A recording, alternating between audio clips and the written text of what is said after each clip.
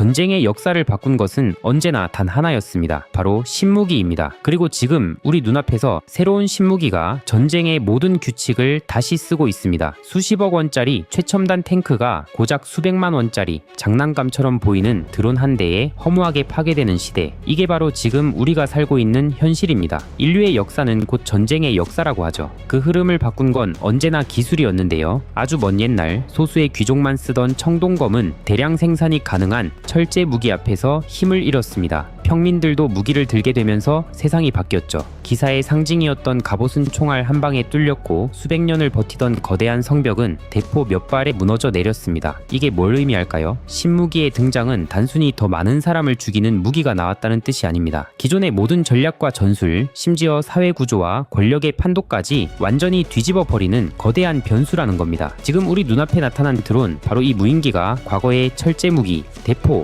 그리고 기관총이 했던 그 역할을 똑같이 하고 있습니다. 실제로 우크라이나 전쟁에서 드론의 전장 기여율이 60%를 넘어섰다는 통계는 이제 드론이 전쟁의 주역임을 명백히 보여줍니다. 그래서 오늘 영상에서는 이 무시무시한 신무기, 드론이 어떻게 세상을 바꾸고 있는지, 그 거대한 역사의 맥락부터 돈이 오고 가는 산업 구조, 그리고 미래 하늘의 지배자는 과연 누가 될 것인지 하나하나 깊숙이 뜯어보겠습니다. 오늘 영상을 끝까지 보시면은 왜 세계 각국이 이 작은 비행체에 사활을 걸고 있는지, 그리고 K방산을 이을 대한민국의 새로운 기회가 어디에 숨어 있는지 명확하게 알게 되실 겁니다.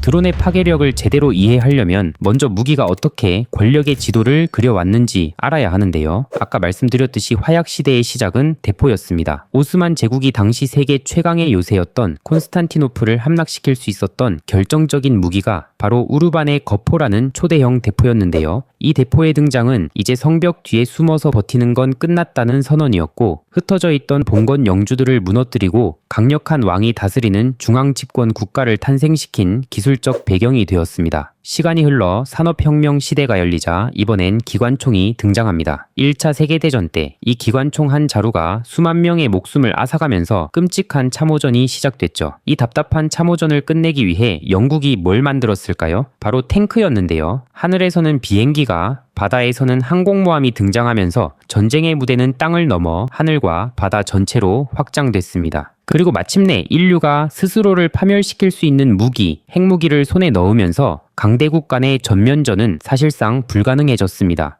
너도 죽고 나도 죽는다는 상호 확증 파괴라는 공포의 균형이 만들어진 거죠. 자, 그럼 현대전은 어떨까요? 우주와 사이버 공간까지 전장이 넓어졌습니다. 그리고 바로 여기 이 모든 전쟁의 역사 위에 드론이 등장합니다. 사실 드론과 같은 무인기의 역사는 생각보다 깁니다. 1917년 1차 대전 때 영국이 만든 공중 어뢰가 시초였어요. 하지만 진정한 변화는 21세기에 시작됐습니다. 2001년 9.11 테러 이후 미군이 아프가니스탄에서 프레데터 드론을 띄우기 시작했어요. 조종사는 미국 본토에 앉아 있으면서 지구 반대편 테러리스트를 제거하는 새로운 전쟁의 시대가 열린 거죠. 그런데 이때까지만 해도 무인기는 미국 등 몇몇 강대국의 전유물이었습니다. 수백억 원짜리 고가 장비였거든요. 2010년대 들어 모든 게 바뀌었습니다. 중국의 DJI가 저렴한 상업용 드론을 대량 생산하기 시작한 거예요. 갑자기 누구나 몇백만 원으로 드론을 살 수 있게 됐죠. 이게 왜 문제냐고요? 2019년 사우디아라비아 석유시설 공격 사건을 보세요. 예멘의 후티 반군이 상업용 드론을 개조해서 세계 석유 공급량의 5%를 담당하는 시설을 마비시켰어요. 사우디의 수조 원짜리 방공망이 몇백만 원짜리 드론 앞에 무력했습니다. 이게 바로 비대칭성이에요. 약한 세력이 강한 세력을 상대할 수 있는 새로운 무기가 탄생한 거죠.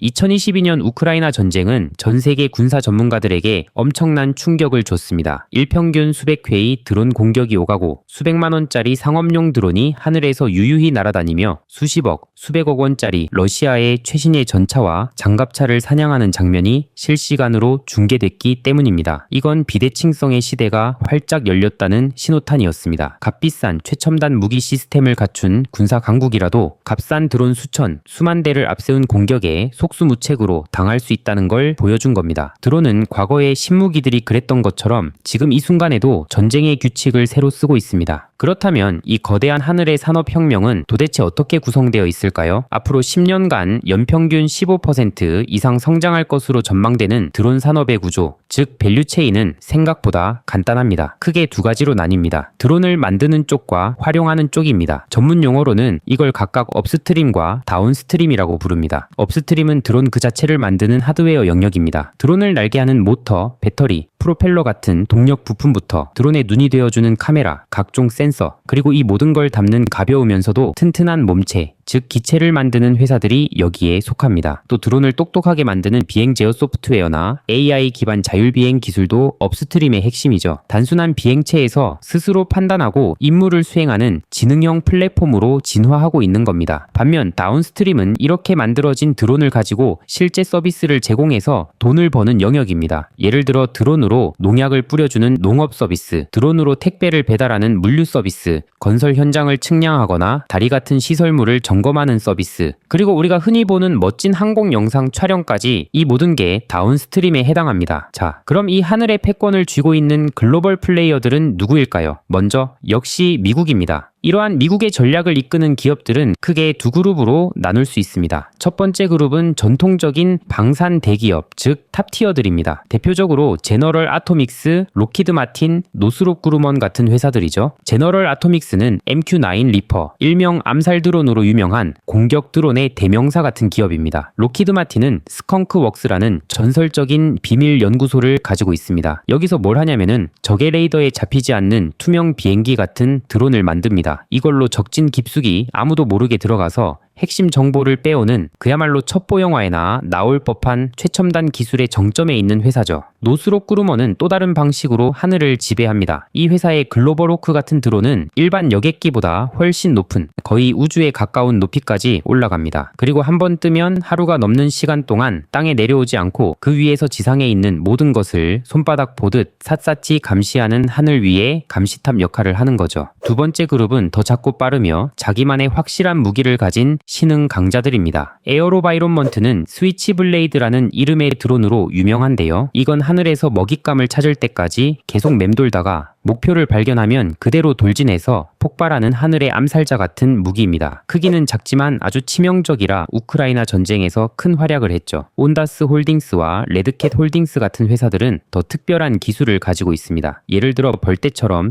수백 대의 드론이 한꺼번에 움직이는 군집 비행 기술이나 건물 안이나 지하처럼 GPS가 터지지 않는 곳에서도 길을 잃지 않고 임무를 수행하는 기술에 특화되어 있습니다. 마지막으로 앞에서 미국이 중국산 부품을 안 쓴다고 했죠. 그럼 그 부품은 누가 만드나요? 바로 어뉴주얼 머신 같은 회사가 그 역할을 합니다. 드론에 들어가는 모터, 카메라 같은 핵심 부품들을 메이드 인 USA로 만들어서 공급하는 미국 드론 산업의 튼튼한 허리를 책임지는 회사라고 할 수 있습니다. 수백억, 수천억 원을 호가하는 초고성능 군사용 드론 시장은 미국의 동무대입니다. 최근에는 국가 안보를 이유로 NDAA, 즉 국방수권법을 통해 중국산 드론과 부품 사용을 강력하게 제재하면서 자국 중심의 공급망을 재편하는데 사활을 걸고 있습니다. 하지만 우리가 일상에서 보는 대부분의 드론은 어디 제품일까요? 맞습니다. 바로 중국의 DJI입니다. 상업용 드론 시장의 70% 이상을 차지하는 그야말로 압도적인 지배자입니다. 특허 출원 건수만 봐도 중국이 전 세계의 80% 이상을 차지할 정도입니다. DJI의 성공 비결은 간단합니다. 압도적인 가격 경쟁력과 생산 능력. 마치 샤오미가 그랬던 것처럼 성능은 괜찮은데 가격이 워낙 싸니까 다른 회사들이 경쟁하기가 힘든 구조를 만들어 버렸습니다. 중국은 국가주도형 대량 생산 체제의 형태를 나타냅니다. ABIC, CASC 등 국영 방산업체가 윙룽 시리즈를 생산해 아시아, 중동, 아프리카에 적극 수출하고 있으며 상업용으로는 DJI의 매빅이 대표적입니다. 그런데 이 미국과 중국의 양강 구도에 균열을 낸 다크호스가 등장했습니다. 바로 터키입니다. 터키의 바이카르라는 회사가 만든 바이락타르 TB2라는 공격 드론이 우크라이나 전쟁에서 그야말로 스타가 됐습니다. 비싼 미국 드론에 비해 가격은 훨씬 저렴한데 실전에서 보여준 전투 효율은 기대 이상이었던 거죠.